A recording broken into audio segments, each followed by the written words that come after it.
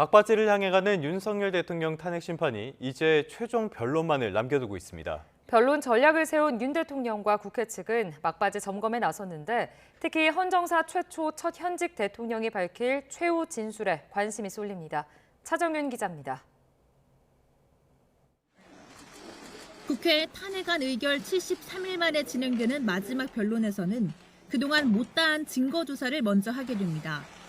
이후 국회 측과 윤 대통령 측 순서로 각각 2시간씩 최종 변론을 하고 최후 의견 진술이 이어집니다. 관전 포인트는 별도의 시간 제한이 없는 윤 대통령의 최후 진술입니다. 현직 대통령이 최후 진술에 직접 나서는 건 헌정사 최초이기 때문입니다. 앞서 탄핵 심판을 받았던 노무현 전 대통령과 박근혜 전 대통령은 변론 절차부터 선고 당일까지 심판정에 출석하지 않았습니다. 다만 박 전 대통령은 최후 변론 때 대리인단이 최후 진술서를 20분가량 대독하는 형식으로 입장을 전했고 사법 절차이기 때문에 엄격한 증거에서 입각이 돼야 되고 중대성도 같이 판단돼야 됩니다. 저희들은 이번 탄핵 사건에 증거는 없다고 생각합니다. 좋은 결과를 기다리겠습니다. 노 전 대통령은 별도의 입장 공개 없이 변호인단이 최후 진술을 했습니다. 전체 변론 과정에서 어느 쪽의 주장이 더 타당성이 있는지 하는 것은 구경하는 사람들의 눈에도 뻔히 보이는 법입니다. 윤 대통령은 주말에 이어 변론 하루 전까지 구치소로 접견한 변호인단과 변론 전략을 논의하며 직접 최후 진술서를 작성했습니다. 헌재는 이번 변론 기일에 선고 기일을 바로 언급하지 않고 추후 날짜를 잡아 통지할 걸로 예상되는데 전례에 따라 다음 달 중순쯤 선고가 이뤄질 거라는 관측입니다. YTN 차정윤입니다. 방금 보신 것처럼 윤석열 대통령 탄핵 심판, 국회 탄핵 소추 73일 만인 오늘 변론이 종결됩니다. 네, 이제까지 증언대에 선 인물만 16명, 변론이 진행되는 동안 헌정사 초유의 순간들도 이어졌는데요. 송재인 기자가 정리했습니다.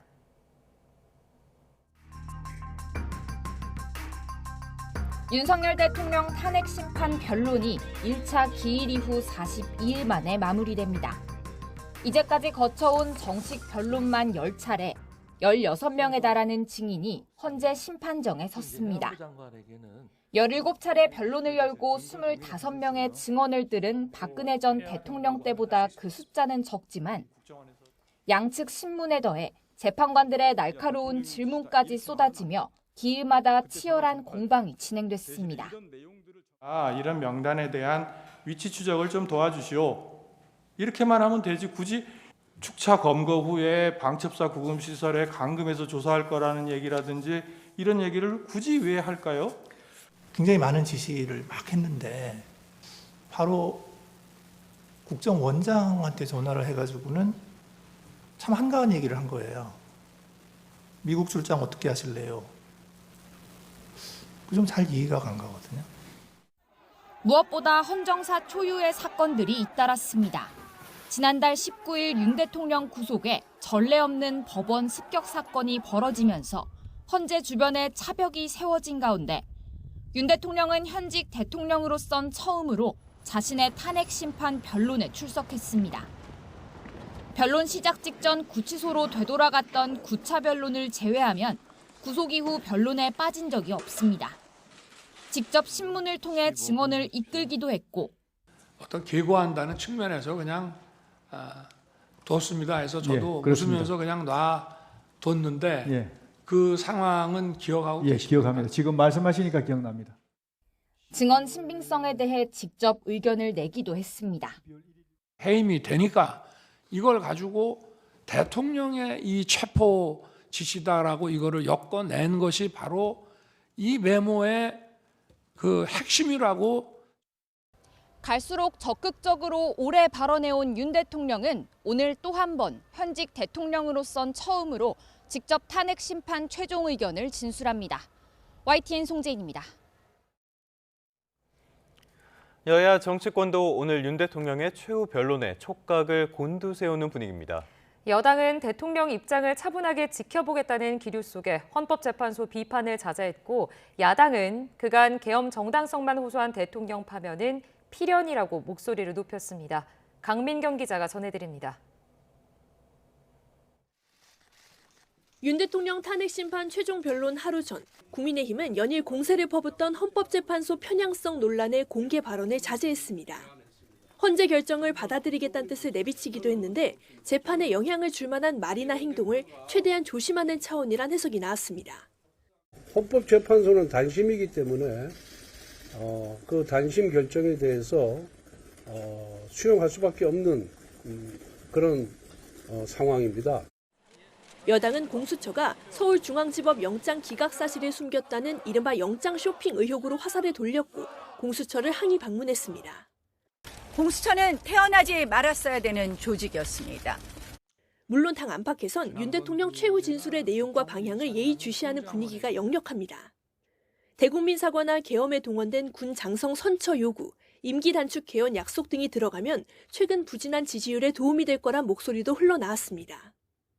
민주당은 윤 대통령이 지난 10차 변론 기일 동안 반성은커녕 내란의 증언과 증거들을 부정하기만 했다며 공세 수위를 한층 끌어올렸습니다. 윤 대통령이 계엄 선포의 정당성을 호소하는 쪽으로 마지막 변론 전략을 짜고 있다는 일각의 관측에도 망상, 변명이라고 강하게 비난했습니다. 일말의 양심이라도 남아있다면 이제라도 국민 앞에 석고대죄하고 내란의 전모를 실토하십시오. 헌법재판소를 향해서는 합리적 판단을 내려달라고 촉구하며 윤 대통령 파면은 필연적이라고 잘라 말했습니다. 윤석열이 다시 대통령직에 복귀한다는 것은 대한민국을 파멸의 길로 내모는 것이기 때문입니다. 국회 측 탄핵소추단도 마지막 회의를 열고 최후 변론 전략을 검토했습니다. 국회 탄핵소추단은 윤 대통령이 군대와 경찰을 동원해 국회와 선관위 등 헌법기관 침탈을 시도했다는 점을 부각하며 파면의 필요성을 강조할 걸로 예상됩니다. YTN 강민경입니다.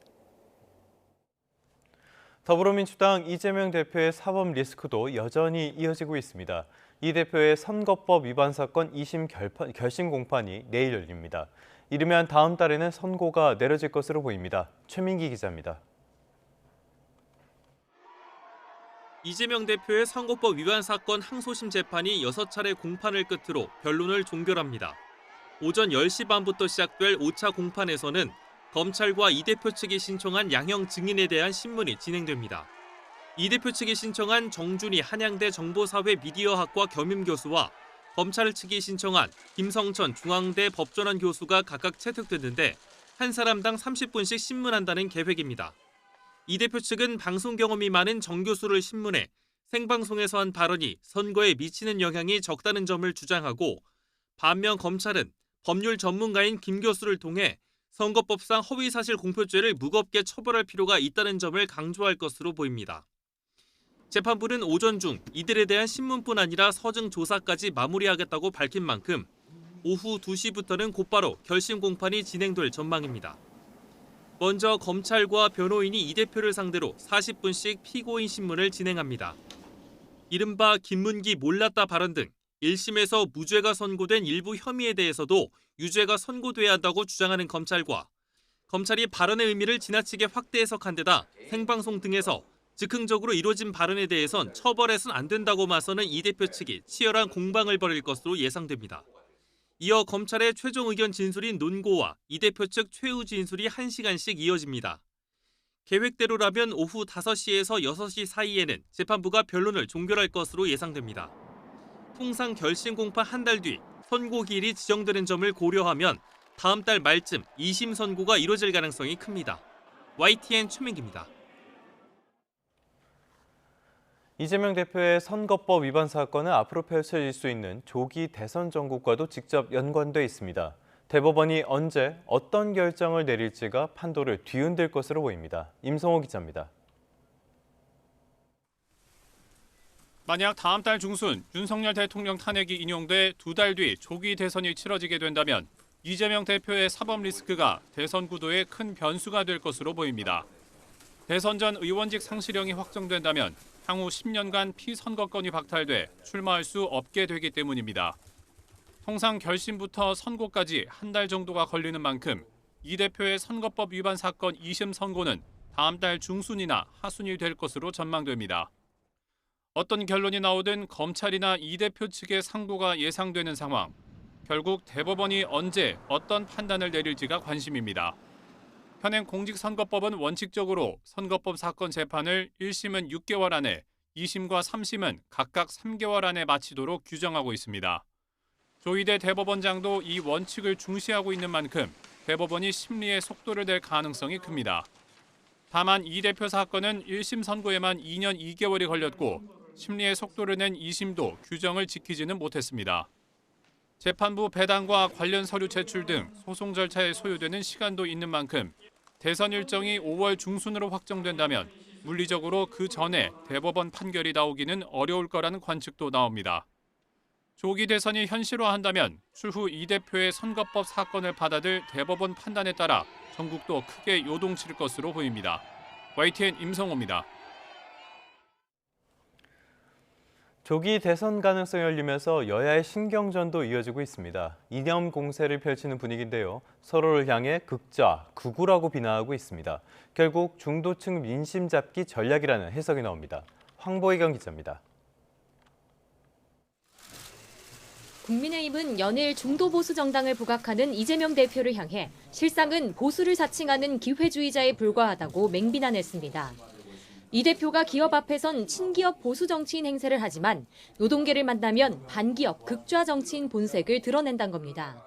기존의 민주당이 역주행 수준이었다면 이재명 대표는 역주행에 난폭운전에 음주운전까지 더해서 도로를 온통 난장판으로 만들고 있습니다.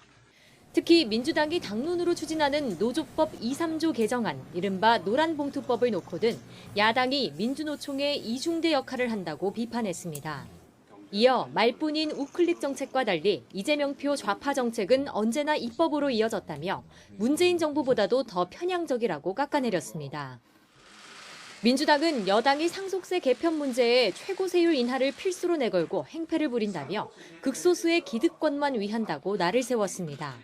이어 계엄 이후에는 내란 우두머리를 지키는 극우 정당이 돼버렸다면서 아예 당 이름까지 바꾸라고 맞받았습니다. 수구를 넘어서서 범죄 집단을 지켜요. 내란 수계를 지킵니다. 이런 건 보수라고 하지 않고 극우라고 하는 거예요. 극우 정당 맞지 않습니까? 다시 돌아가도 국회의 계엄 해제 의결에 불참하겠다는 취지로 말한 국민의힘 권영세 비대위원장을 향해서도 비판 수위를 끌어올렸습니다. 만일 윤 대통령이 직무에 복귀하고 다시 계엄을 선포하면 찬성하겠다는 뜻이냐 되물으며 권 위원장은 대국민 사과하고 자진 사퇴하라고 촉구했습니다. 이 같은 여야의 이념 갈등은 조기 대선이 현실화할 경우에 대비해 중도층 표심을 선점하기 위한 치열한 공중전이란 해석이 많습니다. 때이른 이념 갈등의 촉발은 중도 보수론을 꺼내든 이재명 대표였지만 결국 한 번은 겪게 될 충돌이란 분석입니다. YTN 황보혜경입니다. 오늘 새벽 경기도 김포 산업단지에서 불이 나 공장 여러 채가 피해를 봤습니다. 앞차를 들이받은 차량이 인도로 돌진하는 등 교통사고도 잇따랐습니다. 밤사이 사건 사고 소식 홍민기 기자가 전해드립니다. 새빨간 불길이 공장 지붕을 온통 뒤덮었습니다. 경기도 김포시 학원리 산업단지에서 불이 났다는 신고가 접수된 건 오늘 새벽 2시 40분쯤. 당시 공장 안에 사람이 없어 인명피해는 없었지만 인근 공장으로 불길이 옮겨붙으면서 담당 소방서 모든 인력이 출동하는 대응 1단계가 발령됐습니다. 전남 해남군 황산면에 있는 철물점에서도 불이 났습니다. 불이 인근 가게와 주택으로 번지면서 주민들이 대피하는 소동이 벌어졌지만 다친 사람은 없었습니다. 철물점 안에는 스프레이 등 타기 쉬운 물건들이 많아 소방당국이 진화에 어려움을 겪었습니다. 뒷부분이 완전히 구겨진 경차 한 대가 견인됩니다. 이 차량을 들이받은 SUV 차량은 충돌 직후 인도로 돌진했습니다. 이 사고로 길을 걷던 50대 남성이 머리에 중상을 입고 병원으로 옮겨졌고 운전자 2명도 다쳤습니다. 경찰은 두 운전자 모두 음주나 마약 반응은 없었던 것으로 보고 정확한 사고 경위를 조사하고 있습니다. 인천시 신곡동에서는 유턴하던 경차가 맞은편 차선을 달리던 화물차와 부딪혔습니다. 두 차의 운전자들이 경상을 입었는데 경찰은 어느 운전자가 신호를 위반한 것인지 파악하고 있습니다. YTN 홍민기입니다. 올해 3월 산불 발생 위험이 최근 10년 사이 가장 높다는 정부의 공식 분석이 나온 것으로 YTN 취재 결과 확인됐습니다. 오늘부터는 대형 산불의 주범인 양간지풍이 동해안에 불어올 걸로 보여 더욱 우려가 커지고 있습니다. 정혜훈 기자가 단독 보도합니다. 역대 최악의 봄철 산불로 기록된 2022년 울진 삼척 산불. 경북 울진 산불이 강원도 삼척까지 번지며 피해 면적만 16,000헥타르에 달했습니다. 건조한 가운데 산맥을 넘은 강풍으로 산불이 걷잡을 수 없이 확산한 건데 서울 면적의 27%가 잿더미로 변하며 2000년 동해안 산불에 이어 역대 2위로 피해가 큰 산불로 기록됐습니다. 이 같은 대형 산불이 올해 또다시 발생할 수 있다는 우려가 커지고 있습니다. 국립산림과학원은 최근 메마른 날씨에 기온이 점차 오르면서 한 주 사이 산불 발생 건수가 3배 이상 크게 증가했다고 밝혔습니다. 또 이번 주 남고 북저 형태의 기압 배치가 나타나며 대형 산불의 주범인 양간지풍이 더해져 동해안을 중심으로 산불 위험이 커질 전망입니다. 양간지풍은 양양과 간성사에서 부는 고온건조한 바람으로 영동과 동해안에서는 앞으로 이틀 정도 초속 25m 이상의 돌풍이 불 것으로 예상됩니다. 작은 불씨가 큰 불로 번질 수 있어 주의가 필요합니다. 특히 봄이 시작하는 3월에 산불 위험도가 더욱 커져 최근 10년 사이 최고에 달할 것이란 분석이 나왔습니다. 과거 39년으로 기간을 넓히면 역대 세 번째로 높은 산불 발생 위험 수치입니다. 올해 봄은 건조한 날씨와 높은 기온으로 산불 발생 위험이 클 것으로 예측되었습니다. 특히 3월 산불 발생 위험 예측 결과 최근 10년 중 올해가 가장 높게 분석되었으며 이는 과거 39년 분석 자료 중 세 번째에 해당하는 것으로 나타났습니다. 산림청은 초봄에는 높은 기온과 강풍, 메마른 날씨가 겹치고 야외 활동에 따른 실화가 가세해 산불이 급증할 수 있다며 산림 주변 불씨 사용에 각별히 유의하라고 당부했습니다. YTN 정혜윤입니다.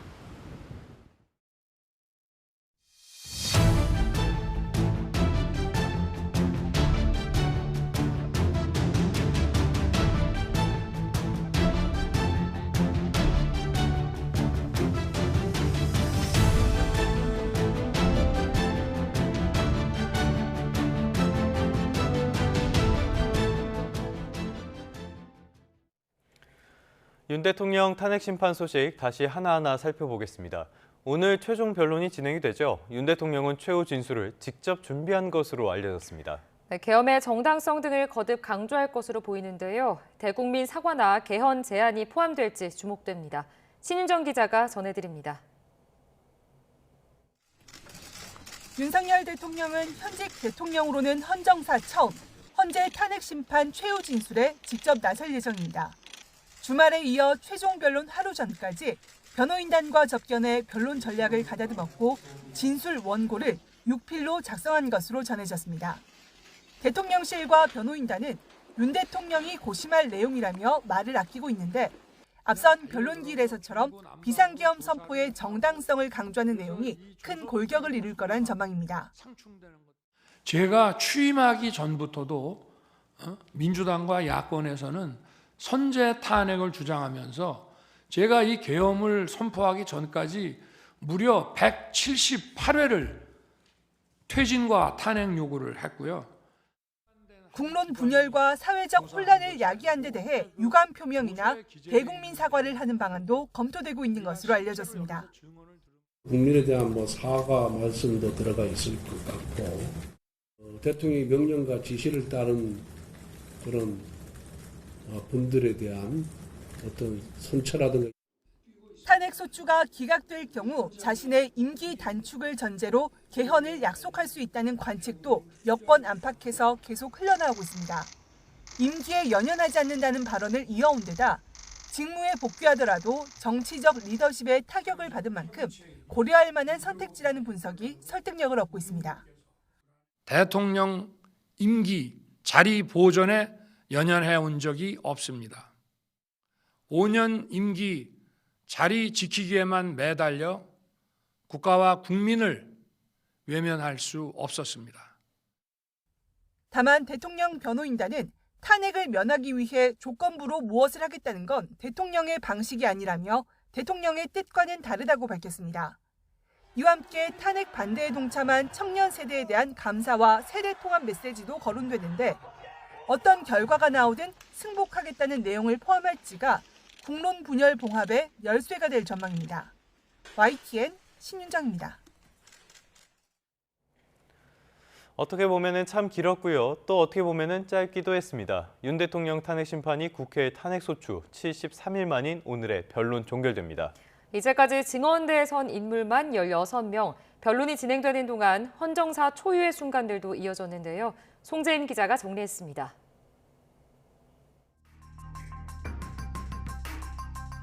윤석열 대통령 탄핵 심판 변론이 1차 기일 이후 42일 만에 마무리됩니다. 이제까지 거쳐온 정식 변론만 10차례, 16명에 달하는 증인이 헌재 심판정에 섰습니다. 17차례 변론을 열고 25명의 증언을 들은 박근혜 전 대통령 때보다 그 숫자는 적지만 양측 신문에 더해 재판관들의 날카로운 질문까지 쏟아지며 기일마다 치열한 공방이 진행됐습니다. 이런 명단에 대한 위치 추적을 좀 도와주시오. 이렇게만 하면 되지 굳이 축차 검거 후에 방첩사 구금시설에 감금해서 조사할 거라는 얘기라든지 이런 얘기를 굳이 왜 할까요? 굉장히 많은 지시를 막 했는데 바로 국정원장한테 전화를 해가지고는 참 한가한 얘기를 한 거예요. 미국 출장 어떻게 하실래요? 좀 잘 이해가 간 거거든요. 무엇보다 헌정사 초유의 사건들이 잇따랐습니다. 지난달 19일 윤 대통령 구속에 전례 없는 법원 습격 사건이 벌어지면서 헌재 주변에 차벽이 세워진 가운데 윤 대통령은 현직 대통령으로선 처음으로 자신의 탄핵 심판 변론에 출석했습니다. 변론 시작 직전 구치소로 되돌아갔던 9차 변론을 제외하면 구속 이후 변론에 빠진 적이 없습니다. 직접 신문을 통해 증언을 이끌기도 했고 어떤 계고한다는 측면에서 그냥 뒀습니다 해서 저도 웃으면서 그냥 놔뒀는데 그 상황은 기억하고 계십니까? 기억합니다. 지금 말씀하시니까 기억납니다. 증언 신빙성에 대해 직접 의견을 내기도 했습니다. 해임이 되니까 이걸 가지고 대통령의 이 체포 지시다라고 이거를 엮어낸 것이 바로 이 메모의 그 핵심이라고. 갈수록 적극적으로 오래 발언해온 윤 대통령은 오늘 또 한 번 현직 대통령으로선 처음으로 직접 탄핵 심판 최종 의견을 진술합니다. YTN 송재인입니다. 오늘도 양측은 탄핵 사유를 둘러싸고 총력전을 펼칠 것으로 보입니다. 윤석열 대통령 탄핵 심판의 쟁점을 김영수 기자가 정리했습니다.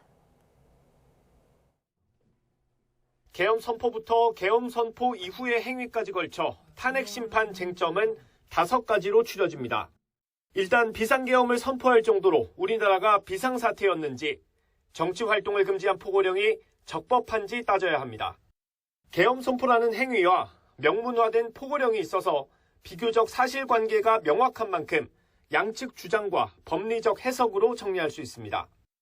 국회 측은 계엄 법적 요건을 갖추지 못했고 포고령도 헌법과 법률을 위반했다고 주장하는 반면 대통령 측은 고유 권한으로 계엄을 선포했고 경고성, 호소용이었다는 점을 강조합니다. 국회와 선관위 등 헌법기관 봉쇄와 장악 시도는 그 자체로 계엄의 불법성을 판단할 중요 근거 가운데 하나입니다. 특히 계엄 해제 결의를 막기 위해 의원을 끌어내라는 지시가 있었는지는 탄핵 심판의 최대 쟁점으로 떠올랐고 정치인 등 주요 인사 체포 명단에도 관심이 쏠렸습니다. 이 의혹을 풀기 위해 헌재는 군 사령관과 경찰, 국정원 수뇌부까지 증인대에 세웠고 증인을 직권으로 채택해 직접 신문하기도 했습니다. 정확하게 워딩이 본청 안으로 들어가라. 국회의원을 끌어내라. 이렇게 했단 말입니까? 그렇습니다. 내부로 들어가서 의원들을 끌어내라. 국회 봉쇄와 정치인 체포 의혹이 증명됐다는 국회 측과 달리 대통령 측은 공작의 결과라고 맞서고 있습니다. 저와 통화한 거를 가지고 대통령의 체포 지시라는 것과 연결을 해서 바로 이 내란과 탄핵의 이 공작을 했다는 게 문제입니다. 증인 신문을 모두 마치고 최종 변론만 남겨둔 탄핵 심판. 양측의 막판 총력전이 헌재 판단에 어떤 영향을 미칠지 주목됩니다. YTN 김영수입니다. 윤석열 대통령 탄핵 심판 선고는 다음 달이 유력한 상태입니다. 그러다 보니까 경찰에도 비상이 걸렸습니다. 경찰은 최고 비상 단계인 가포 비상 발령과 헌법재판관 신변 보호 강화를 검토하고 있습니다. 양동훈 기자입니다. 윤석열 대통령 탄핵 심판 변론 기일마다 서울구치소와 헌법재판소 앞에 찬반 양측 집회가 이어지는 가운데 다음 달 중순으로 예상되는 선고일에는 더 많은 인파가 몰릴 것으로 예상됩니다. 자칫 찬반 양측 충돌 등 돌발 상황도 우려되는데 경찰도 대비 태세를 강화하고 있습니다. 선고 당일은 가용 경찰력 총동원할 예정입니다. 선고 당일날 문제가 발생하지 않도록 최대한 대비하겠습니다. 특히 서울경찰청은 가포 비상 발령을 검토하고 나섰습니다. 가포 비상은 경찰관들의 연가를 중지하고 가용 경찰력을 100%까지 동원하며 지휘관과 참모도 사무실이나 현장에 위치해야 하는 최고 수준의 비상 단계인데 박현수 서울경찰청장 직무대리는 전대미문의 상황인 만큼 사고가 발생하지 않도록 철저히 대비하겠다며 경찰청에 가포 비상 발령을 건의할 예정이고 긍정적으로 받아들여질 것 같다고 밝혔습니다.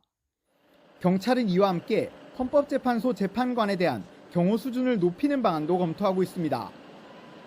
서부지법 폭동 당시 일부 시위대가 윤 대통령 구속영장을 발부한 판사를 찾아 나서고 인터넷에는 탄핵 심리를 진행 중인 헌법재판관과 가족의 신변 위협을 시사하는 게시글까지 등장했기 때문입니다.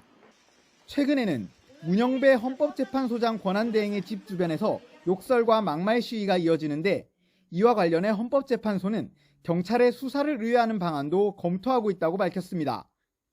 경찰은 헌법재판소 주변의 취약시설물을 점검하는 등 사전 예방 활동에 나서 만일의 사태를 철저히 방지하겠다고 강조했습니다. YTN 양동훈입니다.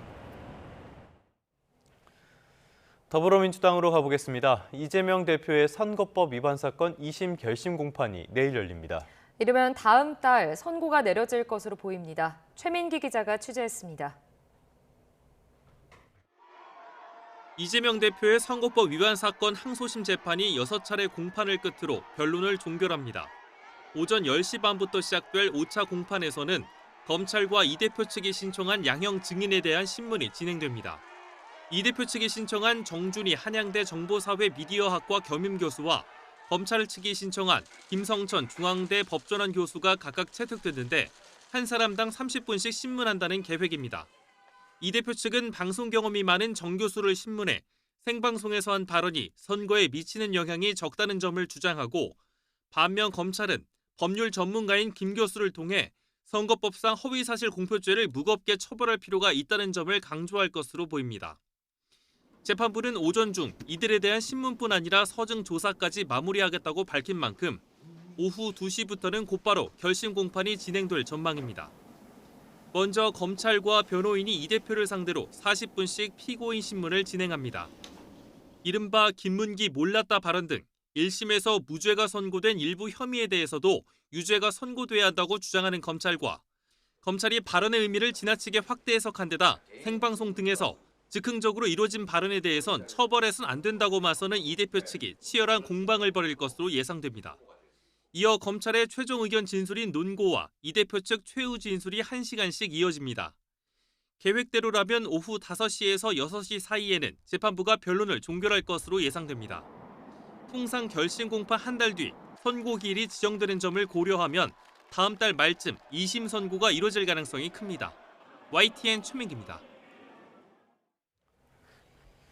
이재명 대표 측과 검찰은 이른바 김문기 골프 발언을 두고 첨예하게 맞붙을 것으로 보입니다.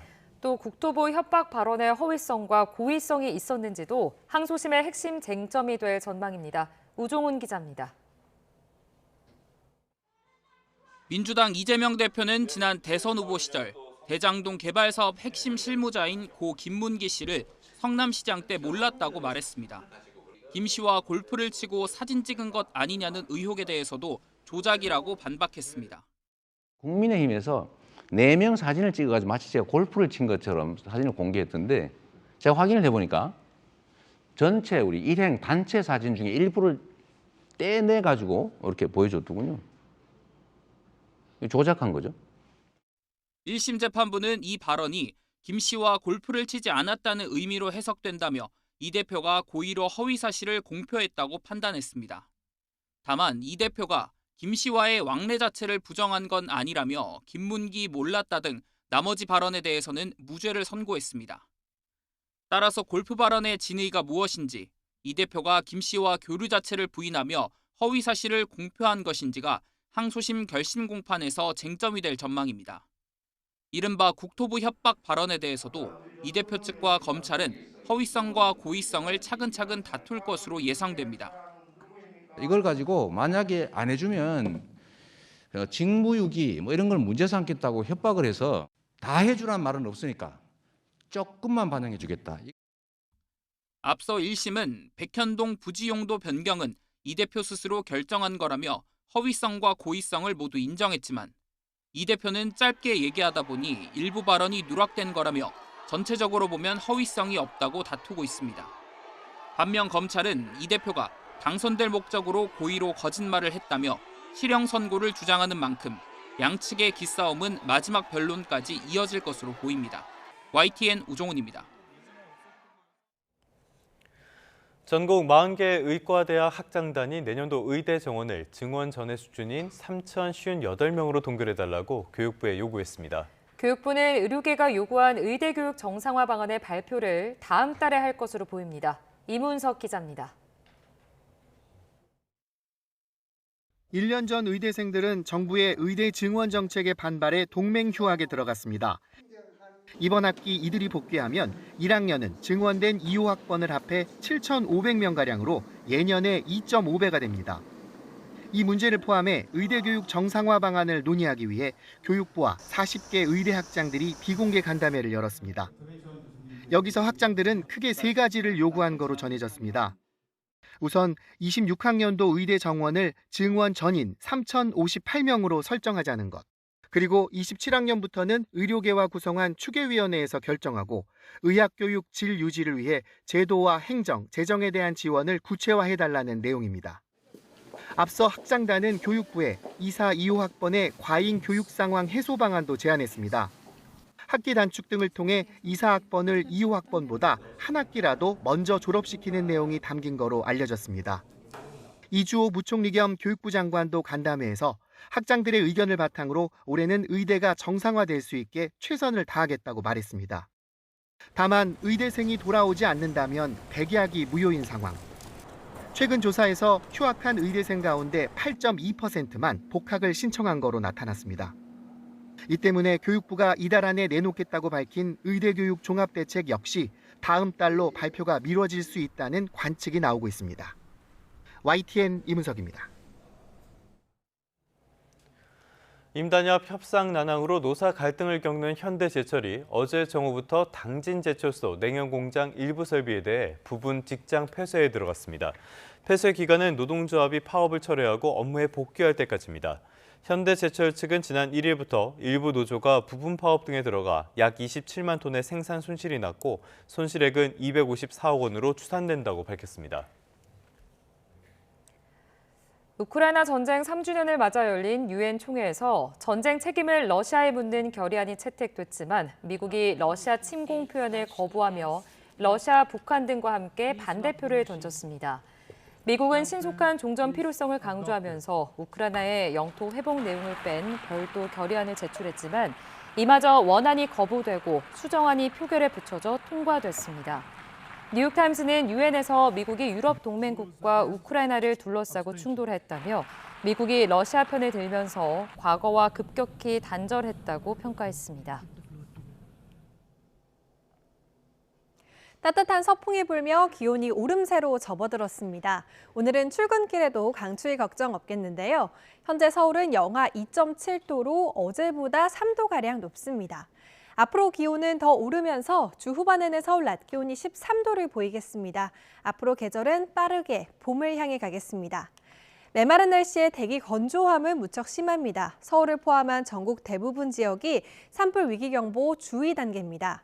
특히 서풍이 태백산맥을 타고 넘으면 더 건조해지는 양간지풍이 불면서 영동 지역에 산불이 비상입니다. 대형 화재 사고가 우려되는 만큼 불씨 관리 철저히 하셔야겠습니다.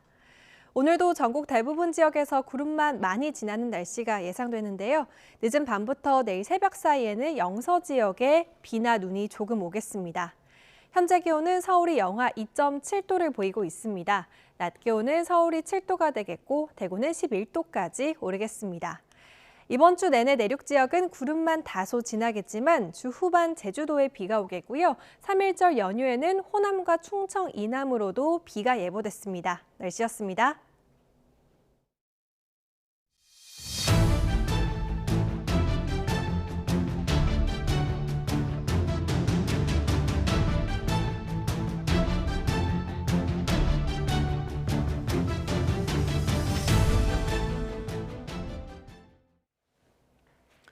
오늘 윤석열 대통령 탄핵심판 마지막 변론 기일이 열립니다.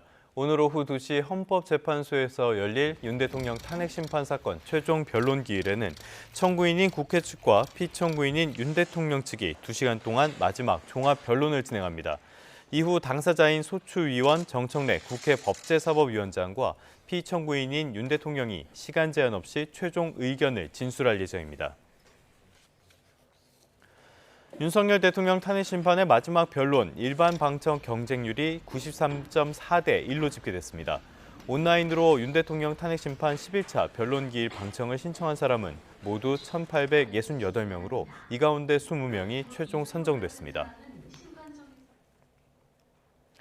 장외 대결도 가열되고 있습니다. 윤 대통령 탄핵심판에 여러 쟁점들이 있죠. 이걸 두고 고발 난타전이 벌어지고 있는 겁니다. 유서연 기자가 취재했습니다. 국회의원 체포 명단이 담긴 이른바 홍장원 메모는 탄핵 심판의 중요한 쟁점 중 하나입니다. 이와 관련해 국민의힘 의원들은 지난 20일 홍장원 전 국가정보원 1차장의 행적이 담긴 국정원 CCTV를 공개했습니다. 메모 작성 장소 등이 홍 전 차장의 주장과 다르다고 지적하며 진술의 신빙성을 문제 삼았는데 홍 전 차장은 일부 장소 혼동이 있었지만 메모 내용 자체는 문제가 없다며 맞섰습니다.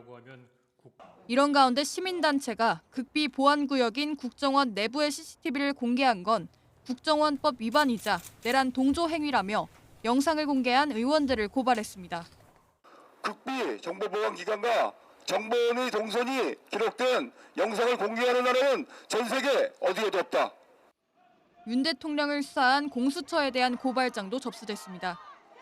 한 보수단체가 오동훈 공수처장이 윤 대통령을 불법 체포, 감금했다며 경찰에 고발한 겁니다. 박현수 서울경찰청장은 공수처장 오동훈을 긴급 체포하고 배후 세력을 낱낱이 밝혀라.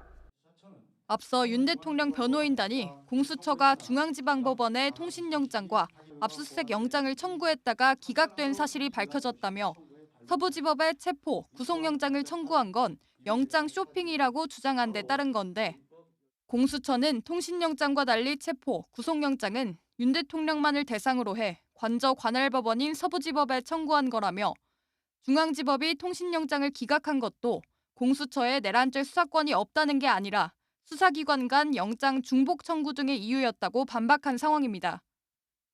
의혹 제기와 반박이 이어진 가운데 윤 대통령 탄핵 심판 최종 변론을 앞두고 양 진영의 공방이 더 치열해지고 있습니다. YTN 유서연입니다. 이제 관심은 윤 대통령에 대한 최종 선고가 언제 내려질까에 쏠리고 있습니다. 과거 박근혜 전 대통령 탄핵 심판 때는 선고 이틀 전에, 그리고 고 노무현 전 대통령 때는 사흘 전에 선고 일자가 공개됐습니다. 김주영 기자가 보도합니다. 윤석열 대통령 탄핵 심판의 변론 기일은 이제 한 차례만을 남겨놓고 있습니다. 소추위원과 피청구인 본인께 최종 의견 진술 기회를 드리는데 이때는 시간 제한을 하지 않겠습니다. 재판관들끼리 논의를 진행하는 평일을 몇 차례 거친 뒤 곧바로 최종 선고가 내려지는데 2주가량 시간이 걸릴 것으로 예상됩니다. 최종 선고에 대한 관심이 커져가는 만큼 선고일이 언제 발표될지도 관심입니다. 고 노무현 전 대통령 탄핵 심판 당시에는 2004년 5월 11일 화요일에 선고일자가 공개됐습니다. 선고가 내려진 14일 금요일보다 사흘 앞선 때였습니다. 하여튼 큰 틀은 다 끝이 났다고 보시면 되고 결정문도 빼대는 거의 됐다고 보시면 되고 이제 결정문을 따듬는 문제와 박근혜 전 대통령 때는 이보다 시간이 더 짧았습니다. 헌법재판소는 2017년 3월 10일 금요일에 파면 여부를 결정하겠다며 이틀 전인 8일 수요일에 선고일자를 공지했습니다. 사전 공지에 대한 규정이 존재하는 것은 아니지만 통상적으로 볼 때 이번 윤 대통령 선고일자 역시 2, 3일 전쯤 확정될 것으로 보입니다. YTN 김주영입니다. 이재명 더불어민주당 대표의 공직선거법 위반 혐의 사건 항소심이 내일 종결 절차를 밟습니다. 내일 서울고등법원에서 열리는 결심 공판에서는 이 대표에 대한 피고인 신문과 검찰 구형, 이 대표 최후 진술이 이뤄질 예정입니다. 통상 선고는 결심 공판 한 달 뒤에 이뤄지는 만큼 이르면 다음 달 말 2심 선고 결과가 나올 전망입니다. 이재명 대표 선거법 위반 사건은 향후 펼쳐질 수 있는 조기 대선 전국과도 맞닿아 있습니다. 대법원이 언제 어떤 결정을 내릴지가 판도를 뒤흔들 것으로 보입니다. 임성우 기자입니다. 만약 다음 달 중순 윤석열 대통령 탄핵이 인용돼 2달 뒤 조기 대선이 치러지게 된다면 이재명 대표의 사법 리스크가 대선 구도에 큰 변수가 될 것으로 보입니다. 대선 전 의원직 상실형이 확정된다면 향후 10년간 피선거권이 박탈돼 출마할 수 없게 되기 때문입니다. 통상 결심부터 선고까지 한 달 정도가 걸리는 만큼 이 대표의 선거법 위반 사건 2심 선고는 다음 달 중순이나 하순이 될 것으로 전망됩니다. 어떤 결론이 나오든 검찰이나 이 대표 측의 상고가 예상되는 상황. 결국 대법원이 언제 어떤 판단을 내릴지가 관심입니다. 현행 공직선거법은 원칙적으로 선거법 사건 재판을 1심은 6개월 안에, 2심과 3심은 각각 3개월 안에 마치도록 규정하고 있습니다. 조희대 대법원장도 이 원칙을 중시하고 있는 만큼 대법원이 심리에 속도를 낼 가능성이 큽니다. 다만 이 대표 사건은 1심 선고에만 2년 2개월이 걸렸고 심리의 속도를 낸 2심도 규정을 지키지는 못했습니다. 재판부 배당과 관련 서류 제출 등 소송 절차에 소요되는 시간도 있는 만큼 대선 일정이 5월 중순으로 확정된다면 물리적으로 그 전에 대법원 판결이 나오기는 어려울 거라는 관측도 나옵니다. 조기 대선이 현실화한다면 추후 이 대표의 선거법 사건을 받아들 대법원 판단에 따라 전국도 크게 요동칠 것으로 보입니다. YTN 임성호입니다.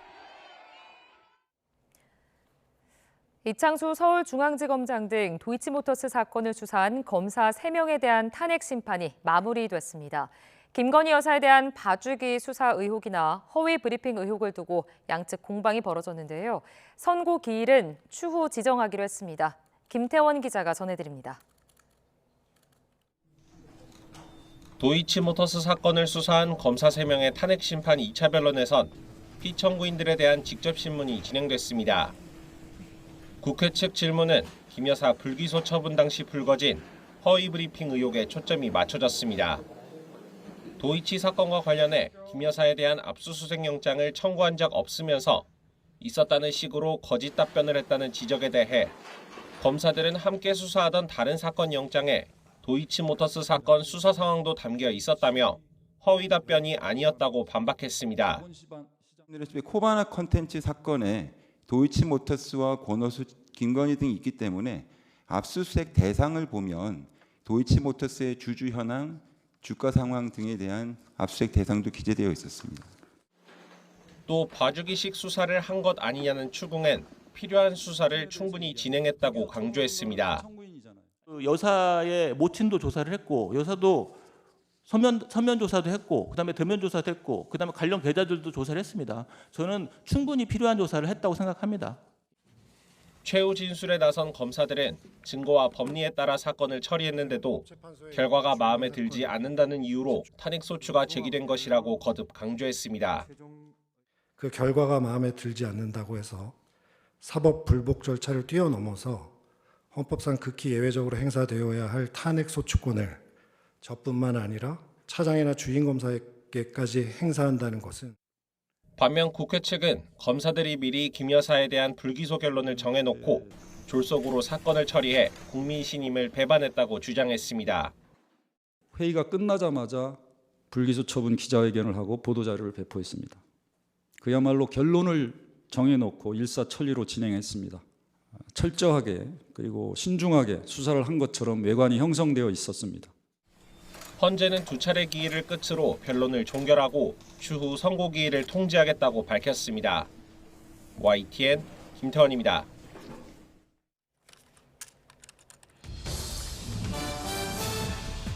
네, 사건 사고 소식입니다. 어제 오후 2시쯤 경북 안동시 서우면의 야산에서 불이 났습니다.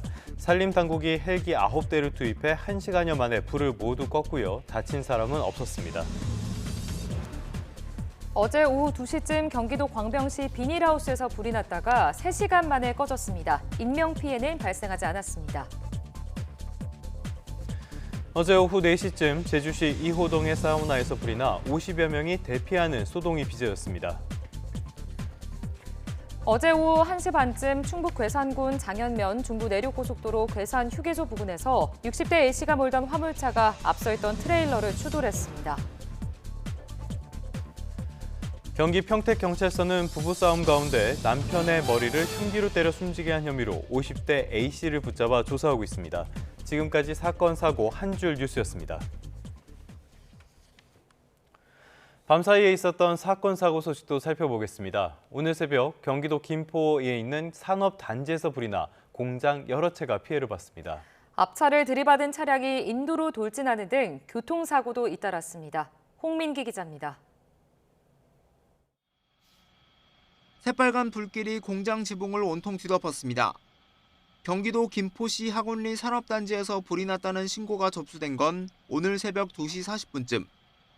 당시 공장 안에 사람이 없어 인명피해는 없었지만 인근 공장으로 불길이 옮겨 붙으면서 담당 소방서 모든 인력이 출동하는 대응 1단계가 발령됐습니다. 전남 해남군 황산면에 있는 철물점에서도 불이 났습니다. 불이 인근 가게와 주택으로 번지면서 주민들이 대피하는 소동이 벌어졌지만 다친 사람은 없었습니다. 철물점 안에는 스프레이 등 타기 쉬운 물건들이 많아 소방당국이 진화에 어려움을 겪었습니다. 뒷부분이 완전히 구겨진 경차 한 대가 견인됩니다. 이 차량을 들이받은 SUV 차량은 충돌 직후 인도로 돌진했습니다. 이 사고로 길을 걷던 50대 남성이 머리에 중상을 입고 병원으로 옮겨졌고 운전자 2명도 다쳤습니다. 경찰은 두 운전자 모두 음주나 마약 반응은 없었던 것으로 보고 정확한 사고 경위를 조사하고 있습니다. 인천시 신곡동에서는 유턴하던 경차가 맞은편 차선을 달리던 화물차와 부딪혔습니다. 두 차의 운전자들이 경상을 입었는데 경찰은 어느 운전자가 신호를 위반한 것인지 파악하고 있습니다. YTN 홍민기입니다.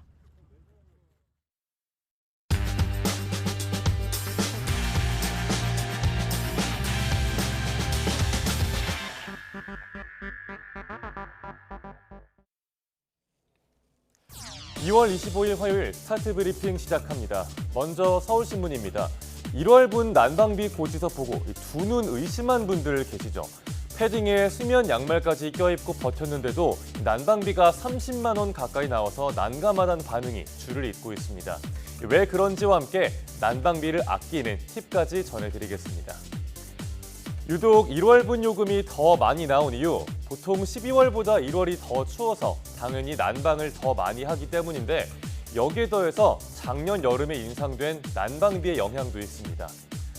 주택용 난방 사용요금은 메가칼로리당 9.8%, 또 주택용 도시가스 소매요금은 메가줄당 6.8% 올랐습니다. 1년 중에 가장 추운 달이라 보일러를 안 틀 수도 없으니 난방비가 더 나올 수밖에 없습니다. 그럼 어떻게 하면 난방비 폭탄을 덜 맞을 수 있을까요? 가장 중요한 건 겨울철 실내 온도를 20도로 유지하는 겁니다. 또 외출할 땐 외출 모드로 바꾸거나 난방 밸브를 차단하는 것도 도움이 됩니다. 가습기를 쓰면 난방 효율이 올라가고요. 난방 설비 배관을 청소해줘도 난방비를 아낄 수 있다고 하네요. 기억해두시고 겨울마다 활용해서 난방비 아끼시길 바랍니다. 다음 중앙일보입니다. 올라버린 물가와 월세, 또 등록금에 대학생들의 사정이 더 팍팍해졌다는 내용 어제 전해드렸습니다. 그 결과 대학가에 하숙집이 돌아왔습니다. 어떻게든 나가는 돈을 줄이고 싶은 대학생들이 하숙집으로 발길을 돌리고 있습니다. 네, 지금 보시는 건 서울 한 대학가의 게시판인데요. 하숙 안내문이 많이 보입니다. 대학 커뮤니티나 온라인 카페, 플랫폼 등을 통해서 방을 쉽게 구할 수 있는 것도 예전과 달라진 점입니다. 올해 1월과 2월 하숙 중개 플랫폼의 하숙 예약 건수는 지난해보다 20% 넘게 늘었습니다. 대표적인 대학가 서울 신촌 하숙집 35곳 중에 방이 남아있는 곳은 단 3곳뿐이었다고 합니다. 뭐니 해도 하숙집의 가장 큰 장점은 낮은 비용이죠. 밥도 주고 관리비는 없어서 다 해도 월세가 50만 원대입니다. 서울 주요 대학가 원룸 평균 월 주거비가 69만 원인 걸 생각하면 30% 이상 저렴한 겁니다. 또 전세 사기가 잇따르면서 비교적 안전한 하숙에 눈을 돌리는 측면도 있습니다. 하숙집은 원룸 오피스텔 붐이 일면서 한때 밀려났었는데요. 다 같이 올라버린 물가와 월세, 대학 등록금, 삼중고의 여파로 다시 부활하고 있습니다. 마지막 경향신문입니다. 대형마트 온라인장 보기로 물건을 구입했다가 실망했다는 소비자의 사례가 잇따르고 있습니다. 못난이 상품이나 폐기 직전 식품 등 매장에서 직접 봤다면 고르지 않았을 제품이 배송돼 왔다는 겁니다. 말 그대로 신선도가 가장 중요한 신선식품인데 크기가 작거나 티 들어있는 상품이 배송되면 곤혹스럽겠죠. 소비자들은 소비기한이 얼마 남지 않은 상품 또는 당일에 팔지 못한 상품을 밀어내기 식으로 파는 게 아닌가 의심하게 되는 겁니다. 보통 온라인으로 주문하면 이것저것 대량으로 사기 때문에 교환이나 반품, 환불 절차도 번거롭죠. 여기에 반품 비용까지 내야 하니 귀찮을 생각에 이번 한 번은 넘어가자는 소비자들도 있을 겁니다. 업체 측의 설명에 따르면 온라인 주문이 들어오면 가장 가까운 오프라인 매장 직원들이 상품을 골라 포장하는 방식인데요. 고의로 품질이 떨어진 식품을 골라서 배송하는 건 아니라고 해명했습니다. 브랜드를 믿고 주문하는 만큼 기업 입장에선 소비자의 신뢰를 잃지 않는 게 무엇보다 중요할 겁니다. 매장에서 포장할 때 소비기한이 임박했거나 품질이 낮은 제품은 제외하는 등 소비자들이 신뢰할 수 있는 확실한 매뉴얼이 필요해 보이네요. 2월 25일 아침 신문 살펴봤습니다. 지금까지 스타트 브리핑이었습니다.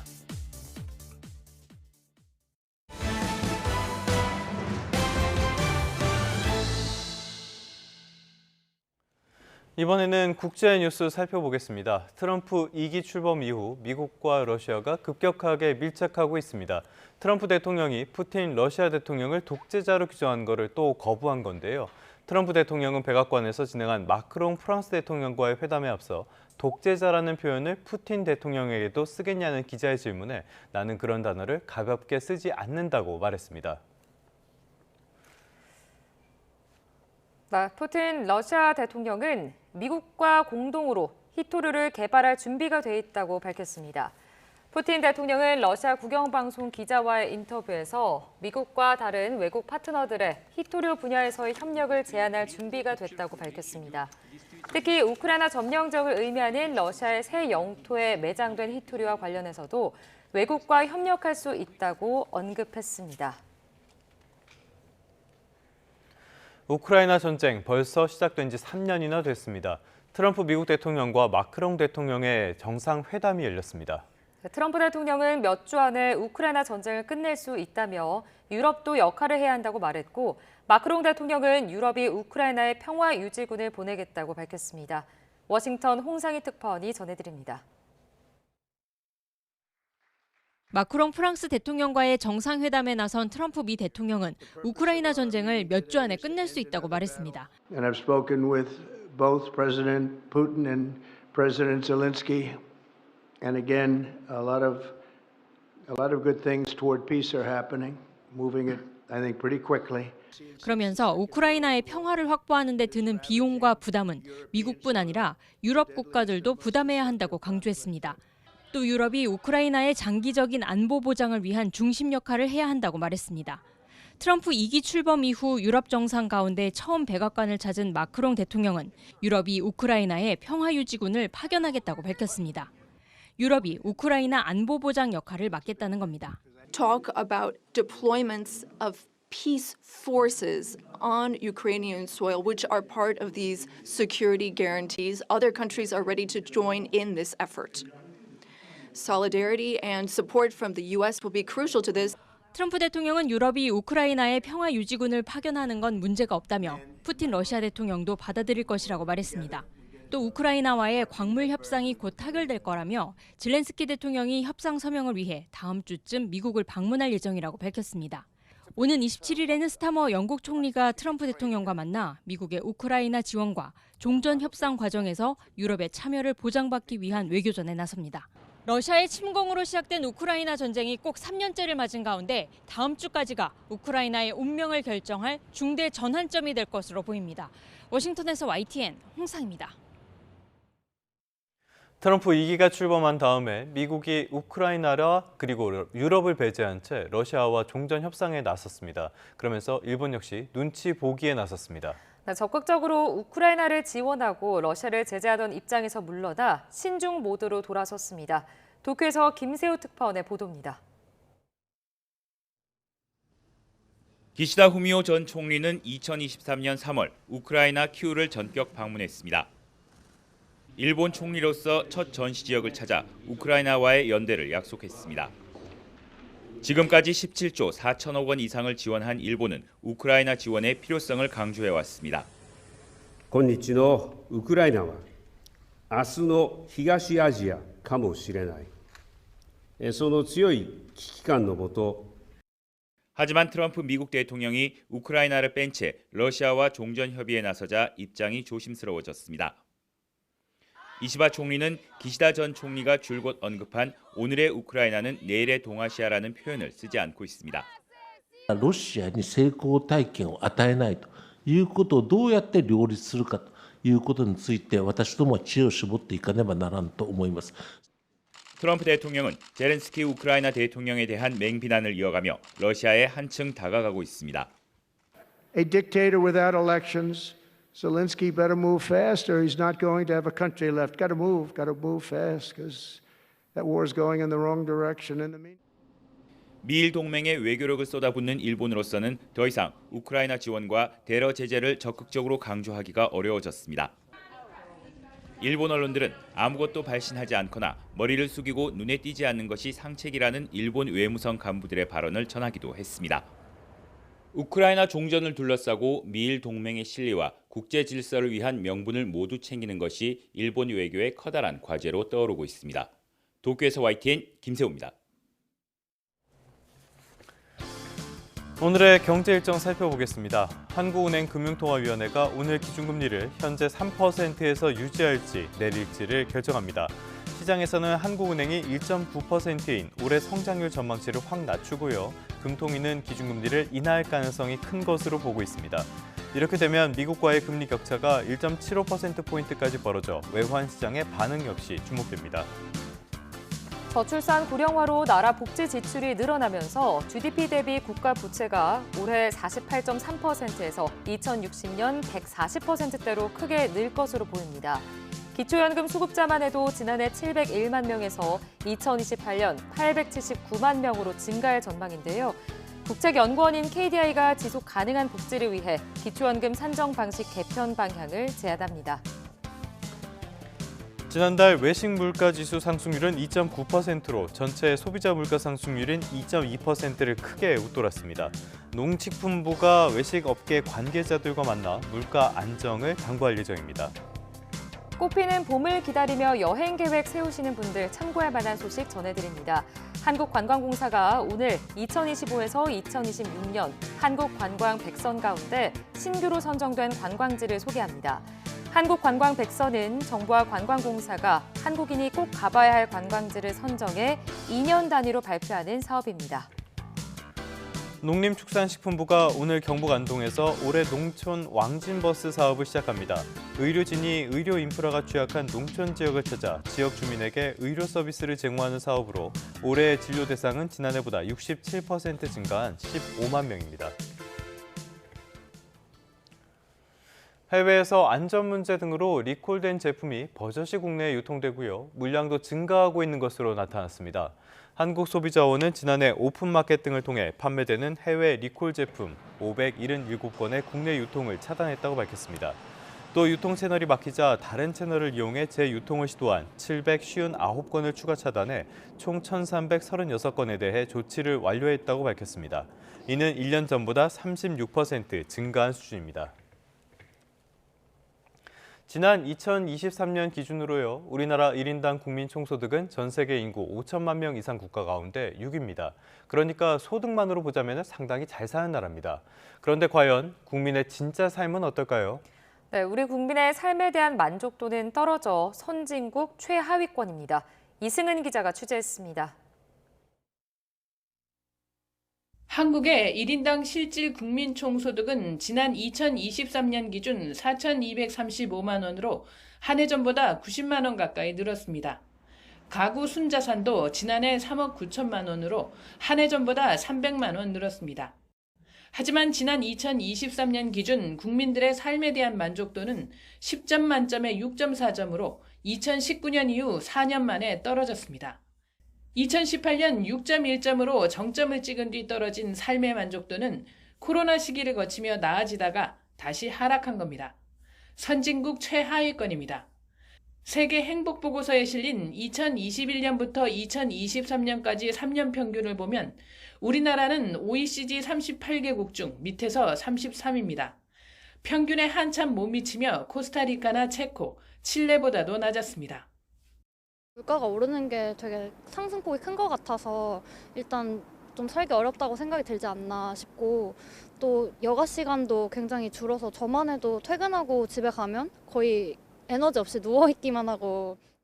SNS에서는 항상 잘 사는 것과 뭐 그런 겉으로 보여지는 것만 보여주기 때문에 사람들이 자꾸 나는 불행하다라고 생각할 수 있고, 그런 모습들 보면서 불행하다고 생각해서 더욱더 자살률도 올라가고.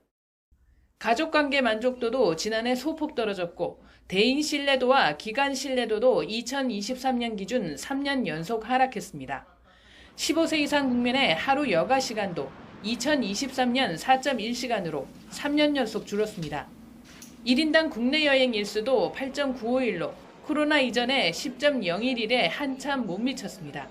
특히 건강 분야 개선은 더딥니다.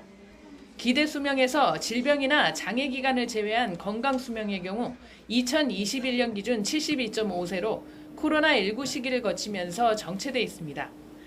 특히 선진국 최고 수준인 인구 10만 명당 자살률이 2023년 27.3명으로 상승하며 9년 만에 최고 수준을 기록했습니다. YTN 이승은입니다. 최근 한국 내에서 나오고 있는 자체 핵무장론에 대해 빈센트 브룩스 전 주한미군 사령관 겸 한미연합사령관이 한국이 핵무기를 보유할 경우 더 안전해질 것이라고 확신하지 않는다고 밝혔습니다. 브룩스 전 사령관은 현지 시각 24일 한미경제연구소가 주최한 세미나에서 핵무기 보유가 안보 보장에 도움이 된다는 것에 확신이 서지 않는다며 이렇게 밝혔습니다.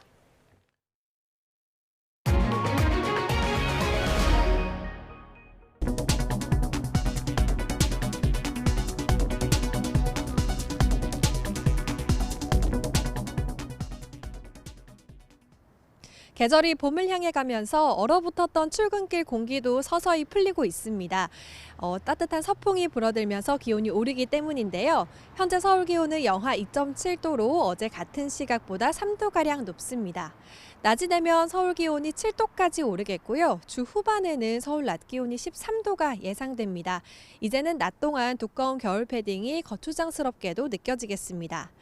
오늘 전국 하늘에 구름만 많이 지나면서 바깥 활동하기 무리 없겠습니다. 다만 영서 지역은 늦은 밤부터 내일 새벽 사이 비나 눈이 조금 오겠습니다. 메마른 날씨에 대기 건조함은 무척 심합니다. 특히 서풍이 태백산맥을 타고 넘으면 더 건조해지는 양간지풍이 불면서 영동 지역의 산불이 비상입니다. 대형 화재 사고가 우려되는 만큼 불씨 관리 철저히 하셔야겠습니다. 현재 기온은 서울이 영하 2.7도, 대전은 영하 4.9도를 보이고 있습니다. 낮 기온은 서울 7도, 대구는 11도까지 오르겠습니다. 이번 주 내내 내륙 지역은 구름만 다소 지나겠지만 주 후반에는 제주도에 비가 오겠고요. 3일절 연휴에는 호남과 충청 이남으로도 비가 내릴 전망입니다. 산불 위험이 커지면서 서울을 포함한 전국 대부분 지역에 산불 위기경보 주의 단계가 내려졌습니다. 날이 풀리면서 산행 가시는 분들도 많으실 텐데요. 산으로 향할 때는 인화물질을 소지하지 않아야겠고요. 인근 지역에서 흡연 행위도 자제하셔야겠습니다. 지금까지 YTN 이혜민입니다.